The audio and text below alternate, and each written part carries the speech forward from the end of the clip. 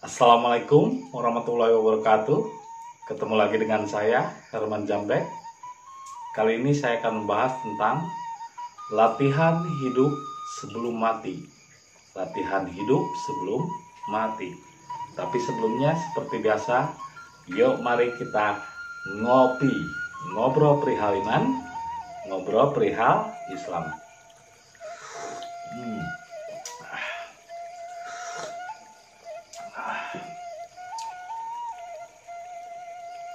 Kenapa saya katakan latihan, bukan pelajaran? Jadi hakikat dan makrifat tidak bisa dipelajari, karena itu bukan pelajaran, tapi itu adalah hasil dari pelatihan. Apapun yang saya sampaikan, itu bukan hakikat dan makrifat, tapi syariat. Jadi apapun yang disampaikan itu syariat. Jadi syariat itu adalah cara berpikir, jalan berpikir yang mengarah kepada hakikat dan makrifat. Tapi bukan hakikat dan makrifat itu sendiri. Ini adalah syariat hakikat, syariat makrifat. Sedangkan hakikat dan makrifat itu sendiri itu tidak akan bisa diterjemahkan dan diteorikan oleh akal pikiran, karena hakikat dan makrifat bukan pelajaran, bukan sesuatu yang dapat dipahami dengan akal. Jadi sesuatu yang hanya bisa dipahami ketika Anda sudah mengerjakannya. Kalau Anda belum mengerjakannya, maka akan menjadi dongeng saja, seperti para ahli kitab yang mendongeng tentang surga dan neraka, padahal belum dialami dan belum dilakukan. Nah, yang disebut hakikat dan makrifat adalah sesuatu yang dilatih, sesuatu yang dipraktekkan, jadi tidak bisa diteorikan. Apalagi tentang ketuhanan. Tentang ketuhanan itu nggak bisa diteorikan dengan akal apapun. Karena apa? Karena akal ini hanya untuk urusan dunia. Akal ini adalah syariat, sirot. Sirot itu jalan pikiran. Jadi kalau memahami Tuhan dengan syariat, hanya memahami jalannya saja, tapi tidak tahu rasanya. Jadi jalan pikiran ini sebaiknya dipakai untuk memahami keduniaan saja. Dipakai untuk memahami ekonomi, sosial, physical distancing, virus corona itu kan bisa dipahami, wujudnya, bentuknya ada. Bekerja dan lain sebagainya. Seperti sekarang saya bekerja work at home misalnya. Ya kan? Sekarang kan lagi marak-maraknya virus corona, terjadi lockdown. Di kampung-kampung saya tuh semua orang di lockdown, itu berada di rumah. Malah debt collector Bang Emok malah keliaran. Kata Bang Emok, kesempatan nih katanya. Orang-orang pada di rumah nagih utang dah katanya. Karena kan biasanya suka nggak di rumah kalau ditagih. Sekarang pada di rumah, akhirnya Bang Emoknya keliaran. Nah, ini artinya sekarang hal-hal yang berhubungan dengan krisis kesehatan, krisis ekonomi, dan lain sebagainya, barulah kita bisa menggunakan akal.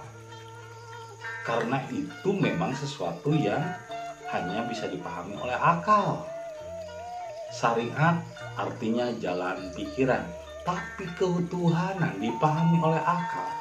Ujung-ujungnya menyembah berhala, menyembah angan-angan.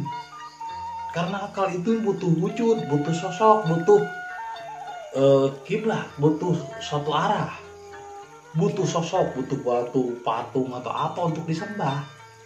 Ini wujud pikiran itu nggak mungkin, karena butuh hal yang rasional. Jadi ketika berbicara Tuhan, harus berhadapan ke sini, harus begini tata caranya. Padahal memahami ketuhanan dengan akal yang dipahami itu sebetulnya tidak menyembah Tuhan, tapi menyembah angan-angan, menyembah akal pikiran. Jelas hakikat makrifat tidak bisa dipahami dengan akal dan tidak bisa diterjemahkan oleh akal, tapi diterima oleh setiap akal. Ngerti nggak maksudnya? Jadi hakikat dan makrifat hanya bisa dilaksanakan, diperbuat. Setelah dirasakan, diperbuat, akhirnya mengendaplah jadi satu pengalaman individu. Dikukuhkan dalam setiap diri, lalu diucapkanlah. Dia hanya menjadi corong, lalu orang menyebutnya Nabi dan Rasul. Jadi, apapun yang diungkapkan oleh Nabi Isa pada zamannya, sesuai pada zamannya, ketika muncul Nabi Muhammad, itu tidak berlaku lagi apa yang disampaikan oleh Nabi Isa. Karena berbeda zaman dan berbeda cara berpikir dan berbeda juga praktek yang dilakukan oleh Isa dengan Muhammad. Begitupun sebelumnya, apa yang dilakukan oleh Ibrahim tidak sesuai ketika Ibrahim sudah meninggal dan muncul Nabi Isa. Nabi Isa ketika Nabi Isa hidup sesuai, tapi ketika Nabi Isa meninggal muncul Nabi Muhammad, maka gantilah yang baru. Artinya setiap per dekade sekali Allah menurunkan utusan-utusannya. Maka utusan-utusan yang lama bukan berarti tidak lagi berguna, tapi sudah ketinggalan zaman, tidak diupdate. Kalaupun ada orang yang masih menggunakan itu, ya silahkan saja. Kita tidak menyalahkan. Misalnya orang terbiasa menggunakan gerobak untuk mengangkut barang. Sedangkan sekarang zaman orang sudah menggunakan Gokar, Grab, Gobak, atau misalnya kita punya mobil bak, ya nggak perlu lagi pakai gerobak, didorong-dorong. Nah ini yang disebut spiritual adalah perkembangan akselerasi zaman, mengikuti perkembangan dan pertumbuhan zaman. Kalaupun orang memaksa ingin memakai gerobak, ya silahkan saja, tapi saya tidak menyalahkan mereka yang masih di tahapan syariat. Istilahnya orang nggak mungkin bisa disebut kuliah kalau dia tidak pernah ngalamin SD. Jadi gini, ini ada kasus gini. Saya bilang kita itu untuk menjadi diri sendiri, tidak ikut-ikutan, tidak Arab, tidak harus berpakaian Arab agar terlihat soleh. Nanti kalau misalnya yang kalau Anda berpikir untuk masuk surga dengan berpakaian Arab, jangan-jangan nanti yang masuk surganya pakaiannya, sedangkan dirinya masuk angin. Nah, ketika saya mengungkapkan kata-kata itu banyak yang marah, oh kamu benci Arab. Tidak, saya tidak benci Arab. Saya tidak benci produk Arab, silahkan saja. Kalau Anda masih suka ikut-ikutan, cuman yang ikut-ikutan dan tidak menjadi dirinya sendiri itu adalah kerbau. Lagi-lagi ada lagi yang orang beranggapan, oh berarti kamu menganggap Rasul kita kerbau, kamu menganggap ajaran kita kerbau. Salah lagi kan. Inilah kenapa kita perlu berpikir cerdas dan berpikir jernih. Di situ kenapa kalau sebelum sholat kita harus wudhu. Wudhu itu bukan membersihkan tangan, bukan membersihkan mulut, bukan membersihkan muka, tapi mensucikan congornya, mencongor mulut, omongan. Jangan sampai memfitnah. Jangan sampai suka terhadap berita hoak dan kebencian. Katanya mau sholat hubungan dengan Allah, tapi hati, pikiran, dan nafsu kita tidak wudhu, tidak disucikan. Wudhu itu disucikan. Tidak berpikir buruk, tidak berprasangka buruk. Bukan berarti orang yang berbeda jalan dan memilih jalan berbeda itu salah. Saya malah ketika ada penjahat saja saya menganggapnya proses, tidak menyalahkan. Nah, terus misalnya ada durian yang belum matang, masa kita paksa untuk jatuh durian itu, nanti juga nggak enak, mengkel. Nah ini maksud saya. Jadi dalam syariat itu juga ada step, ada tahapan, di mana orang mungkin perlu juga tahapan syariat, tarekat, tapi paling tidak mentok di tarekat, karena itu hanya di olahan akal pikir. Jadi syariat, hakikat dan makrifat tidak ada ajaran, itu adalah sebuah praktek. Tapi ketika dia menyampaikan sesuatu, itu sebetulnya tidak selalu berarti kebenaran itu harus mutlak sama. Sama seperti ketika Nabi Musa berguru kepada Khidir.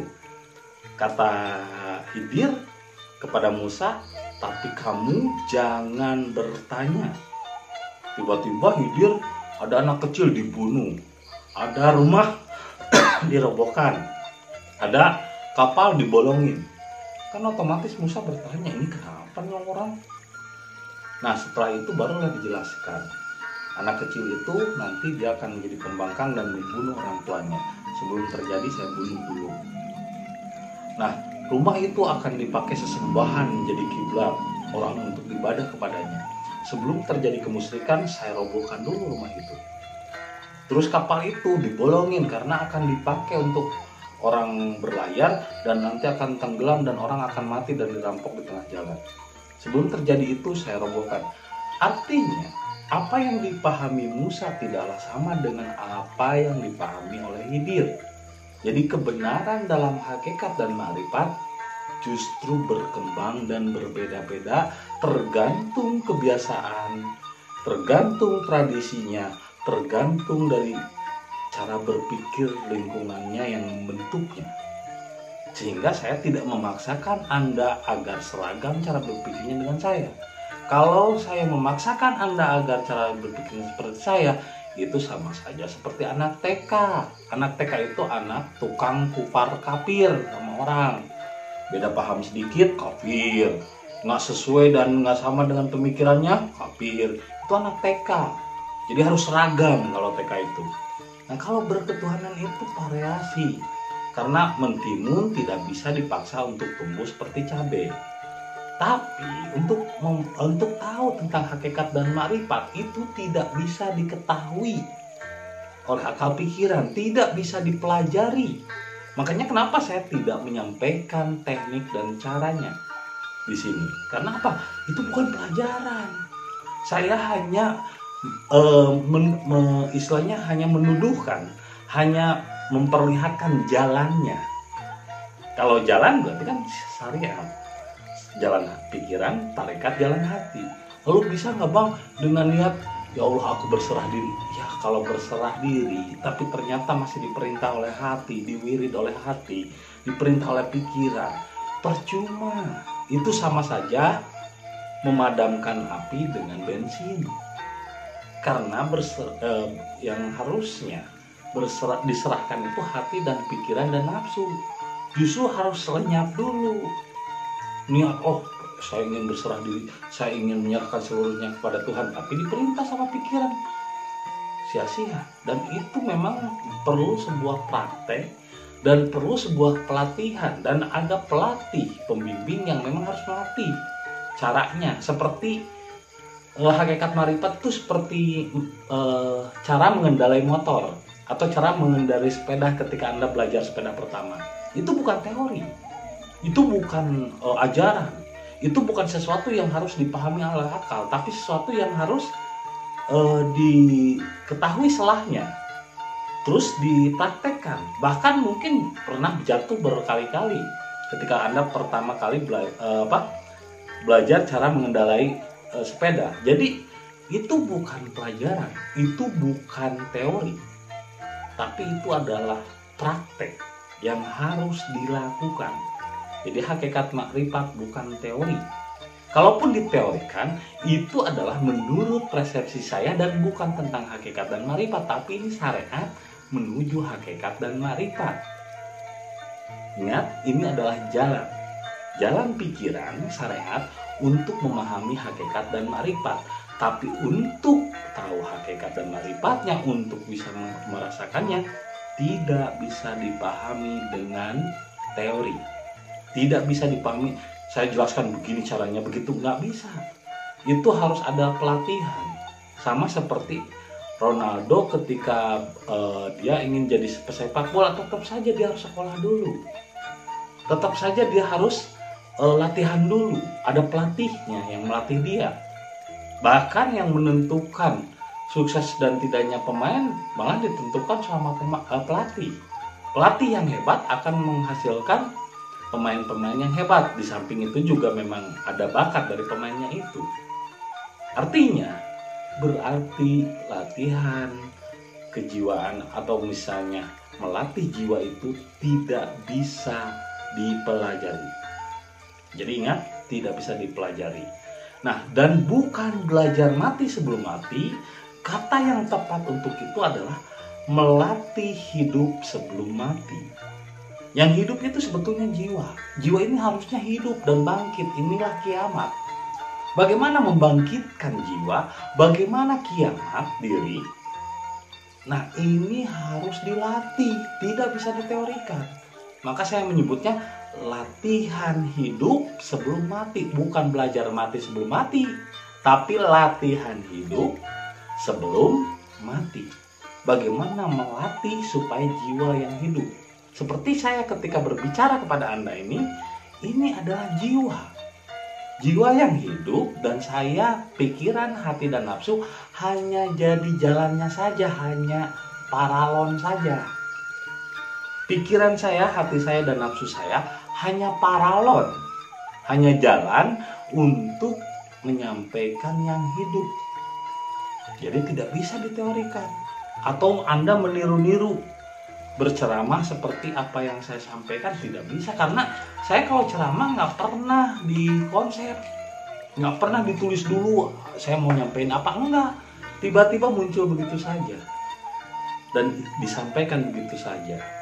Jadi mungkin bagi Anda yang berharap saya menyampaikan tata cara dan teori berserah diri itu seperti apa, hakikat dan marifat itu seperti apa, maaf, saya nggak bisa menyampaikan teori ini di internet karena itu bukan teori. Itu sesuatu yang harus dilatih, dipraktekkan, dan Anda harus membiasakan diri, seperti membiasakan diri berbagi, membiasakan diri untuk wudhu. Tidak, berwudhu itu suci hati, pikiran, dan nafsu kita dari prasangka buruk pada orang. Orang yang berbeda paham kita nggak usah kita benci. Bagaimana kita akan kontak dengan Allah yang Maha Suci, Al-Qudus, kalau hati, pikiran, dan nafsu kita masih membenci perbedaan, masih menginginkan orang agar sama ibadahnya pada Tuhan. Ini kayak anak TK harus seragam, tukang kupar kapir, anak TK. Kalau kita udah universitas nggak pakai seragam, bro, bebas.